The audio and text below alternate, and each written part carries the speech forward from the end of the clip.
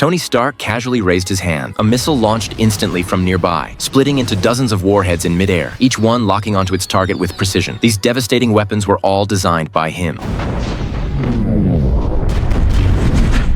Yet Tony Stark never imagined that the very weapons that nearly killed him were also made by Stark Industries. After a weapons demonstration ended, Tony Stark left the facility by car. On the road back to base, his convoy was suddenly ambushed. Explosions erupted one after another, and the escort team was wiped out almost instantly. Even his personal bodyguard fell right in front of him. Tony Stark crawled out of the wreckage, desperately trying to call for help. But the next second, a missile landed right beside him. The most ironic part was the label on it: Stark Industries. Tony Stark didn't even have time to run. The explosion threw him violently through the air. He survived by sheer luck, but shrapnel had already embedded itself deep inside his body. His life was hanging by a thread. In his fading consciousness, it felt like his body was being torn apart. Then everything went black. He lost consciousness completely. When Tony Stark woke again, he found himself inside a strange cave. Wires were attached to his chest, and his body was extremely weak. As he struggled to move, he realized something metallic had been implanted in his chest. When he asked what it was, the man beside him gave the answer. The shrapnel from the explosion was slowly moving toward his heart, and the device in his chest, an electromagnetic core, was the only thing keeping him alive. From that moment on, Tony Stark's life depended on it. Soon after, a group of terrorists broke into the room. They didn't kill him. Instead, they made a demand. Use his genius to build weapons for them. Tony Stark was then taken to a warehouse. What he saw there shocked him completely. The place was filled with weapons, all of them built by Stark Industries. Until that moment, Tony had believed he was helping maintain peace. But now, he was forced to confront the truth. His inventions had become tools of destruction. In that instant, his beliefs began to crack. Yet Tony Stark understood one thing very clearly. If he wanted to survive, he had no choice but to cooperate. For now, on the surface, he agreed to build weapons for the terrorists. But deep inside, a plan for escape had already begun to take shape.